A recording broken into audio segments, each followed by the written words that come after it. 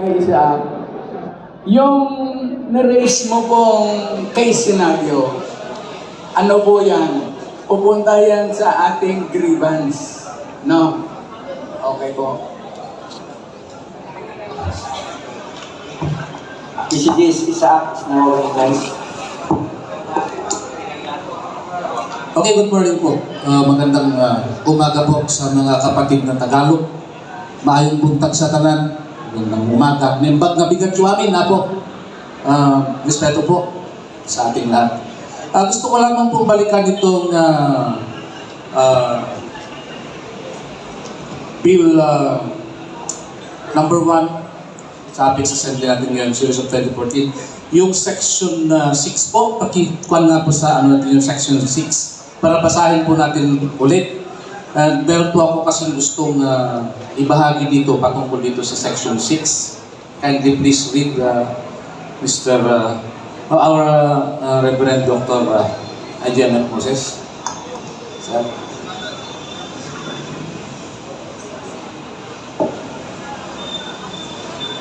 Section 6 po. Yes po, section 6. Pakibasa po. Yes po. The President of the Confederation is hereby empowered to revise or adjust the rates of the ID cards per capita, membership will reduce, the amount of mortuary assistance, and to formulate other paternal assistance. The power herein delegated to the President may be withdrawn or terminated by Congress through a joint resolution. Ang concept ko po dito sa section 6 na to, alam natin na lahat na tayo dito sa UGP ay merong kinabibilangang mga confederation.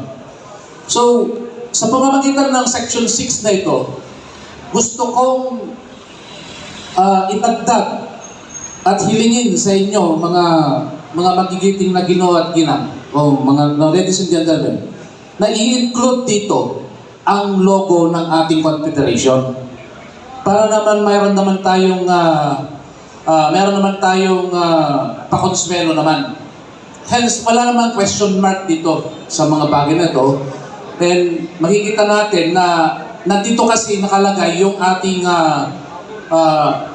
confederation. So, in-include natin dito sa batas ang Confederate Fraternal Organization. So, hinihiling ko po na i-include natin sa ID system natin na to ang logo ng ating confederation.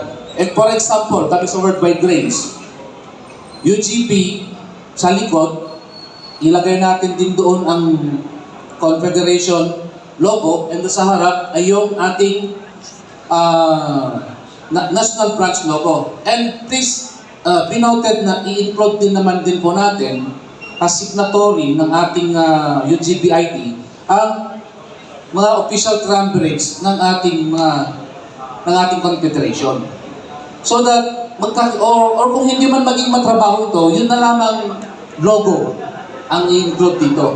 And at the same time, mapag-usapan din po natin yung kung ano itong sinasabi about the rates of the ID cards, ano ba yung patungkol na sa pera ito eh. So, bigyan nyo kami ng drawing nito. Paano ang plano ng UGP papunta dito? So parang paghahati ang kaperahan. So yung babayaran natin sa paggawa ng ID system na to, so magkano ang babayaran natin dito, and ano ang pupunta doon sa UGP, ano ang pupunta sa branch, ano ang magiging mas higit na bagay na makakapagbigay ng katuparan dito sa pamamagitan ng division ng kaperahan. Kasi alam natin, pagdating sa kaperahan, pinag-aawayan ng marami yan. Sila lang. Oh.